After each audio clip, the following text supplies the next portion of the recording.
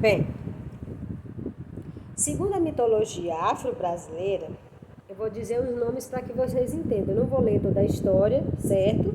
Depois vocês façam essa leitura, eu já digo logo para vocês, é muito prazerosa, bem interessante mesmo, é uma história bastante interessante. Obatalá foi o orixá que criou o ser humano, certo? Na tradição africana, Orum é o céu e Aie é a terra. Aí, como é que acontece? Essa história ela aqui já está resumida, eu vou resumir um pouco mais. Bem, essa história aqui ela deixa bem claro que o céu e a terra não havia uma separação entre eles. O homem tanto podia andar no céu como andar na terra. Ele tinha trânsito livre entre o céu e a terra. Ele poderia estar aqui no céu, estar na terra e ir para o céu. Ele tinha um trânsito livre. Ele poderia ir e vir normalmente, certo? Então, o que acontece? Um casal querendo ter filhos, com muito desejo de ter filhos, chega para Obatalá, que é o responsável, não é, por criar os seres humanos, e dizem a eles que eles querem ter um filho. Mas Obatalá diz para ele que não era possível naquele momento. Ele vai dizer para ele, não é? Agora não. Ele diz para ele que eles ainda não estavam prontos para ser pais. E eles continuam insistindo, pedindo bastante. Olha só, eu quero ter um filho, eu quero ter um filho. E aí eles vencem Obatalá pelo cansaço. E aí, como diz aqui no segundo parágrafo, ele se dá por vencido de tanta insistência deles e concede a eles a graça de ter um filho. Ele diz, ok, vocês estão me pedindo um filho, eu estou dizendo para vocês que vocês ainda não estão prontos, não têm maturidade suficiente para ter um filho, mas vocês estão me pedindo, ok, beleza, vou dar para vocês um filho, mas eu vou impor uma única condição. Eles dizem para ele, vocês querem, mas eu vou impor uma única condição. A criança não pode ir para o céu. Ela não vai poder entrar no céu. A criança jamais vai poder cruzar a fronteira entre o Orum, que é o céu, e o Aie. Ela nunca vai poder cruzar essa fronteira. Ela vai ter que ficar somente ali no Aie, que é a terra. Não poderia ir para o céu. Mas tem um grande problema, assim, um grande problema que acontece aí na vida desse casal. Lembra que eu falei que lá no início não era permitido, segundo a mitologia afro-brasileira, era permitido que o homem não havia essa separação entre o céu e o firmamento, o céu e a terra. Era tudo junto e o homem passeava, transitava numa boa entre o céu e a terra. Não tinha nada que impedisse, certo? E o Obatalá, ele permite que eles tenham um filho, mas só diz o seguinte, ó, a criança não vai poder ir para o céu. Ela não pode cruzar a fronteira entre o Aie e o Orum, certo? Entre o céu e a terra. Ele vai ter que permanecer na terra, mas sabe como o menino é traquinho, né? O menino é danado, a mãe tá dizendo uma coisa e o menino tá... E aí, o que acontece? Os pais dele, como podiam... Não havia essa separação entre o céu e a terra. O pai dele tinha uma grande plantação. Aqui não diz qual era a cultura.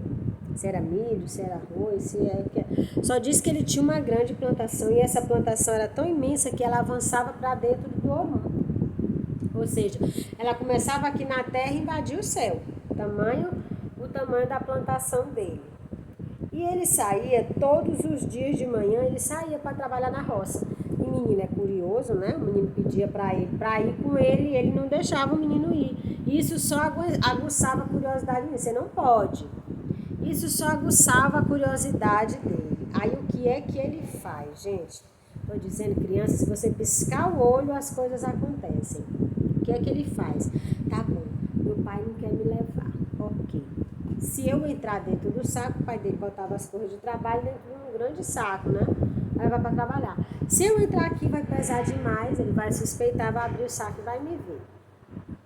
Porque ele levava ali os sacos com as sementes para plantar, que ele cultivava a terra, né? E aí ele arando a terra e colocando a semente. Ele disse, pois tá bom, já que o papai não deixou ir, sabe o que eu vou fazer? Já que eu não posso entrar no saco, ok, beleza. Vou furar esse saco. Meu pai vai andando, porque como menino é inteligente, viu? Ele furou o saco e o saco fez o caminho. Tem um caminhozinho que a bruxa faz para João e Maria com comida. Pois foi a mesma coisa que o meninozinho fez. Ele furou o saco, as sementes iam caindo e fez um caminho. E ele foi só seguindo aquele caminho. Tá vendo como é que é? Gente, criança, eu vou lhe dizer, é inteligente, não é pouco inteligente não. E aí o pai dele indo, o caminhozinho sendo feito, não é? Pelas sementezinhas que ia caindo. E ele foi seguindo as sementes, até que ele chegou aonde? Gente, ele seguiu as sementes e foi parar onde? No céu, é claro. Aí quando ele chegou lá no céu, ao entrar no Orum, nossa mãe, ele foi logo preso pelos soldados de Obatalá. Já prendeu logo ele e ele ficou assim.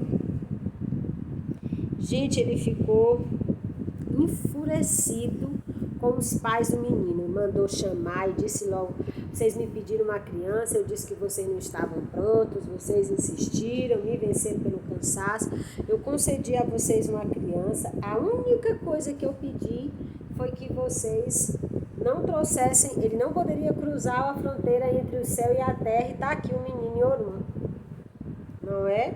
Diferente de Adão e Eva, que desobedeceram às ordens do Senhor, eles não desobedeceram, meu Deus. Os pobres foram enganados mesmo, né? O filho super inteligente foi lá, tchã. Menino, eu vou já conhecer o céu. E aí foi. E o que foi que aconteceu?